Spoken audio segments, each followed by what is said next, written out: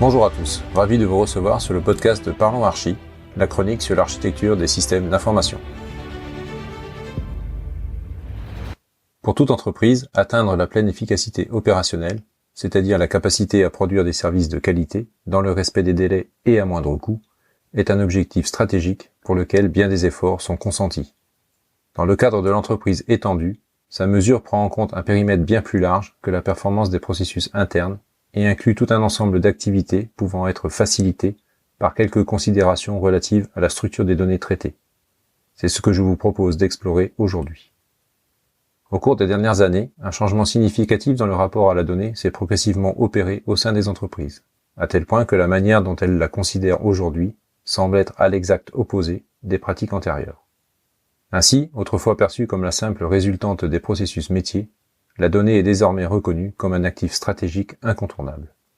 Pour autant, les pratiques autour de la gestion de la donnée restent bien souvent focalisées sur la recherche d'avantages concurrentiels à grand renfort d'algorithmes analytiques, alors que quelques considérations complémentaires, bien conduites, permettent d'atteindre la pleine réussite opérationnelle. Le premier changement de paradigme induit par ce nouveau rapport à la donnée concerne la conception des logiciels qui outillent les processus métiers. Autrefois conçus par décomposition successive de fonctionnalités de haut niveau en algorithmes atomiques, les logiciels sont de nos jours majoritairement le résultat d'une agrégation itérative ascendante de services traitant d'entités métiers. C'est d'ailleurs tout à fait logiquement que cette transition s'est opérée, puisque les fonctionnalités représentant les actions d'un processus métier ne sont pas nécessairement pérennes, alors que les données, elles, le sont bien davantage. En effet, si les processus métiers sont appelés à évoluer dans le temps, du fait de nombreux facteurs conjoncturels, il y a fort à parier que l'évolution des données qu'ils génèrent et manipulent ne soit pas significative, même à très long terme. Ainsi, cette seule notion de pérennité intrinsèque à la donnée nous amène naturellement à devoir considérer sa bonne conservation dans le temps, en mettant tout en œuvre pour assurer sa qualité, et ce, jusque dans sa structuration.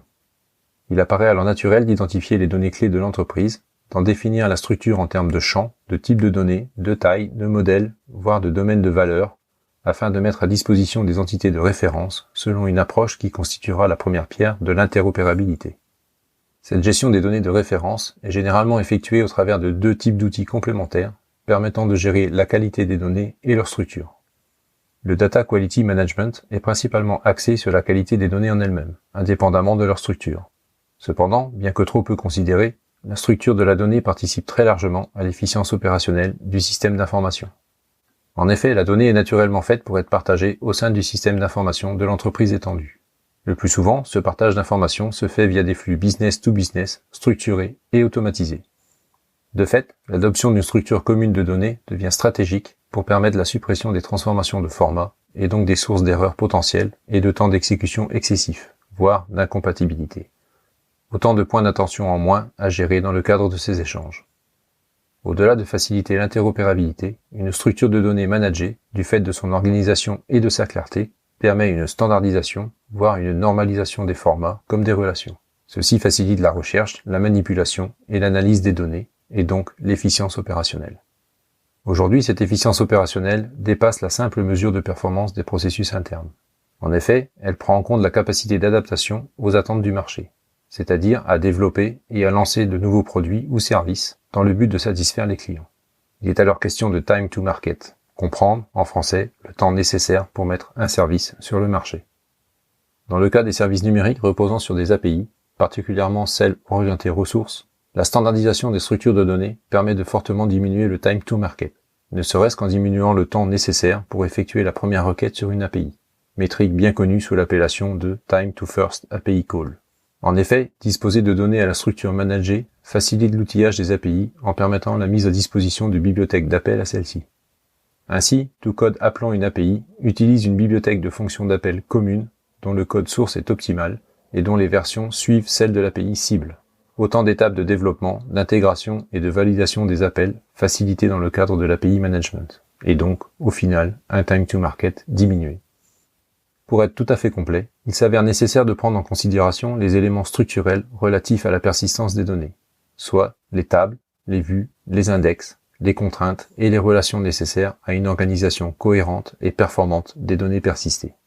Cela se fait au travers d'une solution de data structure management garantissant l'intégrité comme le bon niveau de sécurité et de traçabilité de l'ensemble du capital informationnel de l'entreprise. Ainsi, du modèle conceptuel de données au modèle physique de données, l'ensemble des modèles permettant la pleine compréhension des choix constitue un référentiel qu'il est capital de gérer tout au long du cycle de vie du système d'information. Ceci afin de pérenniser la maîtrise de l'architecture des données. Enfin, bien que la redondance des données ne soit pas souhaitable au sein du système d'information, dans le cadre de l'entreprise étendue, il est intéressant de prévoir le partage des moyens nécessaires à la création, la modification, la suppression et la maintenance de ces différents éléments structurels, et ce, quel que soit le moyen de persistance implémenté. En définitive, l'approche stratégique retenue en termes de gouvernance des structures de données impacte tout autant l'efficience opérationnelle que l'utilisation d'algorithmes analytiques des données. Standardiser les structures de données sur le périmètre complet de l'entreprise étendue permet de simplifier les processus d'intégration, d'éliminer les efforts de conversion de données et de minimiser les erreurs et les retards causés par les incompatibilités de format. Si vous souhaitez aller plus loin, je vous incite à considérer la gouvernance des structures de données comme une composante essentielle de la culture des données au sein de l'entreprise.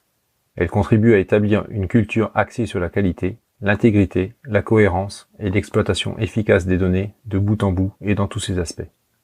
La mettre en place relève bien d'une démarche collaborative et nécessite de passer par des phases successives que sont la sensibilisation à l'importance des structures de données, la définition des rôles et des responsabilités associées et l'adoption des bonnes pratiques dont la réussite repose sur le degré de partage de connaissances. Une fois un premier stade de maturité atteint, il conviendra de mettre en place, en toute transparence, des mécanismes outillés de suivi, de mesure, de contrôle et d'amélioration continue de la qualité des structures de données, garantissant une conformité constante aux réglementations et aux politiques internes, de manière à renforcer la confiance dans le patrimoine informationnel de l'organisation et le transformer en véritable capital. Nous voici arrivés au terme de cette exploration de ces premières considérations relatives à la structure des données qui permettent de gagner en efficience opérationnelle. Restez à l'écoute des prochaines publications de Parlons Archi.